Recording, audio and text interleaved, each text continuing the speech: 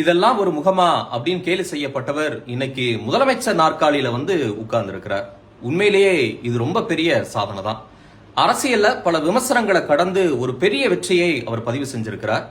யாருக்கு பிடிக்குதோ பிடிக்கலையோ மக்கள் அவரை உச்சாணி கொம்புல உட்கார வச்சுட்டாங்க. இந்த இடத்துல அவருக்கு 2 சவால்கள் இருக்குன்னு நான் நினைக்கிறேன். ஒன்னு, திரை கவர்ச்சியினாலையும் ஈர்ப்புனாலையும் வசீகரத்தினாலையும் தான் அவர் வெற்றி பெற்றிருக்கிறார் அப்படிங்கிற விமர்சனங்கள் கேள்விகள் அவரை பின்தொடர்ந்து வந்துகிட்டே இருக்கு. ஆனா வரலாறு அப்படி சொல்லக்கூடாது. நான் ஒரு பெஸ்ட் என்டர்டைனர் மட்டும் இல்ல, தமிழ்நாட்டுக்கான பெஸ்ட் விஷனர் அப்படிங்கிறத அவர் நிரூபிக்கணும். இது ஒரு பெரிய சவால்.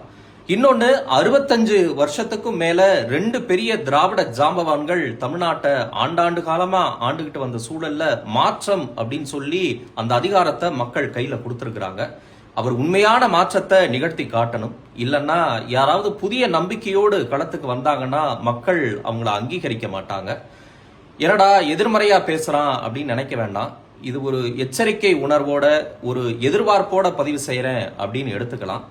சுருக்கமா சொன்னா, நடிகர் விஜய் பிற்காலத்துல அரசியல்வாதியா இருந்தார் அப்படின்னு வரலாறு சொல்லக்கூடாது. அரசியல் தலைவர் விஜய் ஒரு காலத்துல நடிகராகவும் இருந்தார் அப்படின்னு தான் பதிவு செய்யணும். அப்படித்தான் சொல்ல வைக்கணும். சொல்ல வைப்பாரா? முதலமைச்சர் திரு விஜய் அவர்களுக்கு இனிய பிறந்த நாள் வாழ்த்துக்கள்.